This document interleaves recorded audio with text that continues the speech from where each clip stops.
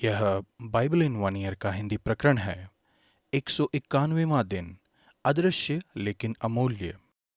हर सोमवार की सुबह वह हमारे ऑफिस में फ़ोन करते हैं। वह सप्ताह के दौरान होने वाले कार्यक्रम और सभाओं और उनमें शामिल लोगों के बारे में पूछते हैं।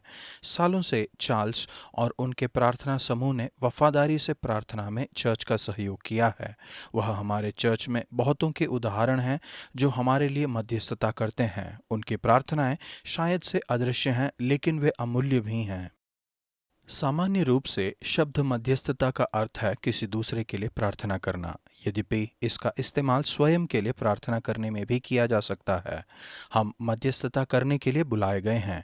अब मैं सबसे पहले यह आग्रह करता हूं कि विनती और प्रार्थना और निवेदन और धन्यवाद सब मनुष्यों के लिए किए जाएं, सब राजाओं और सब ऊंचे पद वालों के लिए। पहला तीमुथियुस 2 का 1 और 2। यीशु महान मध्यस्थ हैं। उन्होंने अपराधियों के लिए मध्यस्थता की। वह परमेश्वर के दाहिने हाथ हैं और वह हमारी मध्यस्थता भी कर रहे हैं।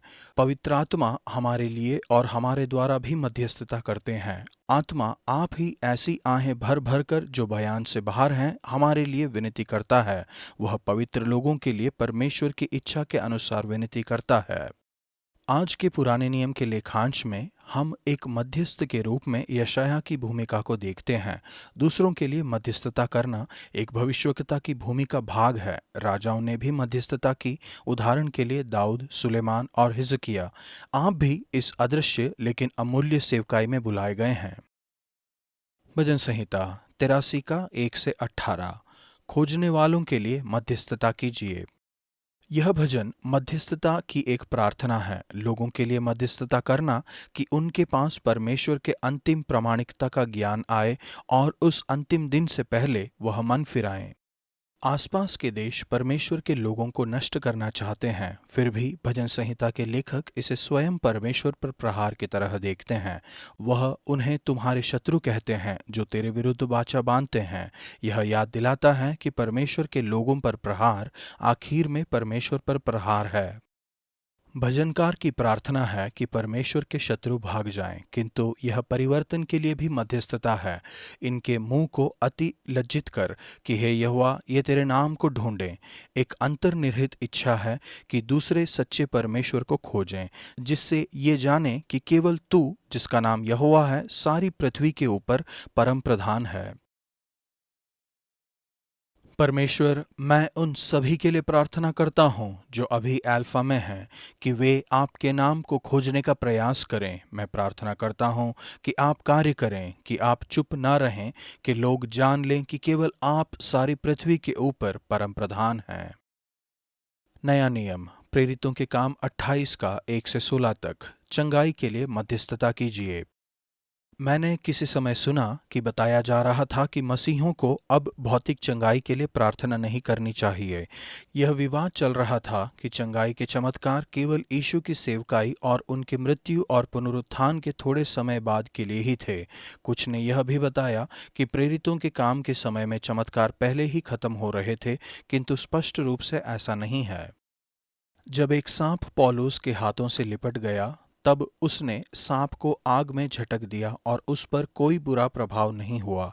यहाँ पर हम प्रेरितों के काम की पुस्तक के अंतिम अध्याय में हैं और हमने पढ़ा कि कैसे पौलुस मरकुस 16:18 में यीशु की भविष्यवाणी के उदाहरण हैं। वे अपने हाथों से सांपों को उठा लेंगे। जब पौलुस और उसके साथी माल्टा में थे, तब वे पुबलियुस से मिले, जो कि द्वीप का प्रधान था। उसने हमें अपने घर ले जाकर 3 दिन मित्र भाव से पहुनाई की। पुबलियुस का पिता ज्वर और आंव लहू से रोगी पड़ा था, अतः पौलुस ने उसके पास घर में जाकर प्रार्थना की और उस पर हाथ रखकर उसे चंगा किया। प्रेरितों के काम 28 का 7 और 8।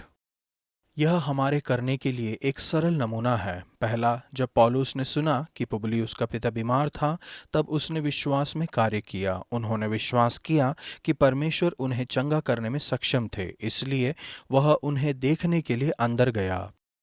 दूसरा, उन्होंने निर्भीकता पूर्वक कार्य किया। पुबलियुस के पिता संभवतः एक मसीही नहीं थे, फिर भी पौलुस उनके लिए प्रार्थना करने और लोगों के सामने उन पर हाथ रखने में निर्भीक थे। अवश्य ही यह सोचने का प्रलोभन आया होगा कि वह चंगा नहीं हुआ तो क्या होगा? क्या मैं एक असफल व्यक्ति दिखूंगा? क्या यह सुसमाचार को बदनाम कर देगा? लेकिन पौलुस ने एक जोखिम उठाया। उन्होंने विश्वास में काम किया, उन्होंने प्रार्थना की, उन पर हाथ रखा और परमेश्वर ने उन्हें चंगा किया। जब ऐसा हुआ तो उस द्वीप के बाकी बीमार आए और चंगे किए गए। खत्म होना तो दूर की बात है, वहां पर चंगाई के चमत्कारों का एक विस्फोट हुआ। जब प्रेरितों के काम की पुस्तक खत्म होने पर थी, लूका स्पष्ट रूप से देखते हैं कि यह ऐसा कुछ है जो चर्च के जीवन में निरंतर बना रहता है। असली प्रश्न यह नहीं है कि क्या परमेश्वर आज चंगा करते हैं, लेकिन क्या परमेश्वर आज प्रार्थना का उत्तर देते हैं। यदि वे देते हैं तो आप स्वास्थ्य जैसी महत्वपूर्ण चीज को क्यों बाहर रखेंगे? चंगाई के लिए प्रार्थना मध्यस्थता का एक महत्वपूर्ण भाग है। सालों से मैंने और पीपा ने बहुत से लोगों के लिए प्रार्थना की है। निश्चित ही ऐसा नहीं हुआ कि सभी चंगे हो गए। हम बीमारों के लिए इसलिए प्रार्थना नहीं करते हैं कि वे सभी चंगे हो जाएं। हम उनके लिए प्रार्थना करते हैं क्योंकि यीशु ने हमें ऐसा करने के लिए कहा है। इन सालों में हमने कभी कभी असाधारण चमत्कारों को देखे हैं। निराश मत होइए, विश्वास और निर्भीकता, प्रेम और संवेदनशीलता के साथ प्रार्थना करते रहिए। परमेश्वर हमारी सहायता करें कि बीमारों पर हाथ रखने और उनकी चंगाई के लिए प्रार्थना करने के हर अवसर का इस्तेमाल करने का साहस हम रखें। आपका धन्यवाद, क्योंकि आप वह परमेश्वर हैं जो आज भी चंगा करते हैं। पुराना नियम, दूसरा राजा 19 का 14 से 20 के 21 तक। छुटकारे के लिए मध्यस्थता करें। कभी कभी अपने जीवन में शायद से आपने बहुत ही कठिन परिस्थितियों का सामना किया। यह एक बड़ा नमूना है कि कैसे उनसे निपटना है। हिजकिय्याह निराश नहीं हुए, वह घबराए नहीं, उन्होंने हार नहीं मानी, वह प्रार्थना में परमेश्वर की ओर मुड़े। हिजकिय्याह की प्रार्थना और परमेश्वर के छुटकारे के इस वर्णन को पुराने नियम में 3 बार लिखा गया है। इसके अतिरिक्त इस कालावधि की घटनाओं को बैबिलोनी स्रोतों के द्वारा समर्थन दिया गया है।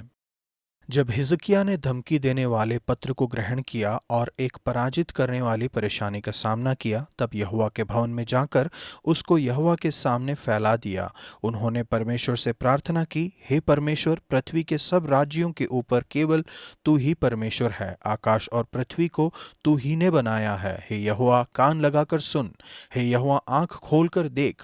इसलिए अब हे हमारे परमेश्वर यहोवा, तू हमें उनके हाथ से बचा कि पृथ्वी के राज्य के लोग जान लें कि केवल तू ही यहोवा है। हिजकिय्याह की मध्यस्थता की शुरुआत होती है सचेत रूप से पहचानने के द्वारा कि परमेश्वर कौन है। जब हम मध्यस्थता करते हैं तब हम उनसे बात कर रहे हैं जो पृथ्वी के सब राज्यों के ऊपर केवल एक ही परमेश्वर हैं। इन पराजित करती दिखने वाली परेशानियों को सुलझाने की सामर्थ परमेश्वर के पास है। हिजकिय्याह की प्रार्थना परमेश्वर के सम्मान और महिमा के लिए थी, ताकि पृथ्वी के राज्य के लोग जान लें कि केवल तू ही यहोवा है। यीशु ने हमें सिखाया है कि हमारी प्रार्थना ऐसे शुरू करें, तेरा नाम धन्य माना जाए, तेरा राज्य आए। मुझे यह भाव पसंद है। उसने इसे यहोवा के सामने फैला दिया। हिजकिय्याह ने परेशानी के बारे में परमेश्वर को बताया। भविष्यवक्ता यशायाह ने हिजकिय्याह के पास एक संदेश भेजा कि परमेश्वर ने उनकी प्रार्थना सुन ली है। हिजकिय्याह की मध्यस्थता के उत्तर में परमेश्वर ने लोगों को अश्शूर की धमकी से छुड़ाया। हिजकिय्याह ने अपनी चंगाई के लिए भी प्रार्थना की। वह ऐसा रोगी हुआ कि मरने पर था और उन्होंने स्वयं के लिए मध्यस्थता की। तब उसने दीवार की ओर मुंह फेरा, यहोवा से प्रार्थना की। फिर से परमेश्वर ने उनकी मध्यस्थता का उत्तर दिया। मैंने तेरी प्रार्थना सुनी और तेरे आंसू देखे हैं। मैं तुझे चंगा करता हूँ। मैं तेरी आयु 15 वर्ष और बढ़ा दूंगा। अपनी मध्यस्थता के उत्तर में हिजकिय्याह ने परमेश्वर की अद्भुत आशीषों का अनुभव किया, किंतु लेखांश का अंत चेतावनी की एक घोषणा से होता है। जब राजदूत बेबीलोन से आए तब हिजकिय्याह ने उन्हें अपना सारा खजाना दिखाया। वह उन सभी चीज़ों की महिमा ले रहे थे जो परमेश्वर ने उन्हें दी थी। यशायाह ने उन्हें बताया कि इसके परिणाम स्वरूप वहाँ पर कुछ न बचेगा। यदि हम उस चीज़ के लिए महिमा को लेते हैं जो परमेश्वर हमारे लिए करते हैं, तो इससे हमारी ही तबाही होती है। परमेश्वर जैसे ही हम अपने आसपास के शहर, हमारे देश और हमारे विश्व को देखते हैं, हमें आपके छुटकारे की आवश्यकता है। आप ही पृथ्वी के सभी राज्यों के ऊपर एकमात्र परमेश्वर हैं। आपने स्वर्ग और पृथ्वी बनाई। हे परमेश्वर, कान देकर सुन। हे परमेश्वर, आंख खोलकर देख। परमेश्वर, फिर से अपने पवित्र आत्मा को उंडेलें। होने दें कि हम लोगों को आपके नाम के खोजी के रूप में देख पाएं। होने दें कि हम चंगाई के चमत्कार को देखें। होने दें कि हम हमारे देश में सुसमाचार प्रचार, चर्च में पुनः जीवन और समाज में बदलाव को देखें, ताकि पृथ्वी के सभी राज्य जान लें कि केवल आप ही एकमात्र परमेश्वर हैं। प्रेरितों के काम 28 का 15। पौलुस ने रोम में जाने के लिए एक लंबी और परेशान करने वाली यात्रा की। इसमें कोई आश्चर्य नहीं है कि वह उन मसीह समुदाय को देखकर खुश हो गए जो उनके आगमन की प्रतीक्षा कर रहे थे। यद्यपि अब यात्रा करना बहुत सरल हो गया है। निक्की और मैं सच में उन दयालु और मुस्कुराते लोगों की सराहना करते हैं जो हवाई अड्डे पर हमसे मिले और हमें अपनी मंजिल तक ले गए। विश्व में जहाँ कहीं हम गए, मसीह समुदाय ने अद्भुत रीति से हमारी देखरेख की। आज का वचन कि लौटकर मेरी प्रजा के प्रधान हिजकिय्याह से कह कि तेरे मूल पुरुष दाऊद का परमेश्वर यहोवा यों कहता है कि मैंने तेरी प्रार्थना सुनी और तेरे आंसू देखे हैं। देख, मैं तुझे चंगा करता हूँ। परसों तू यहोवा के भवन में जा सकेगा। दूसरा राजा 20 का 5।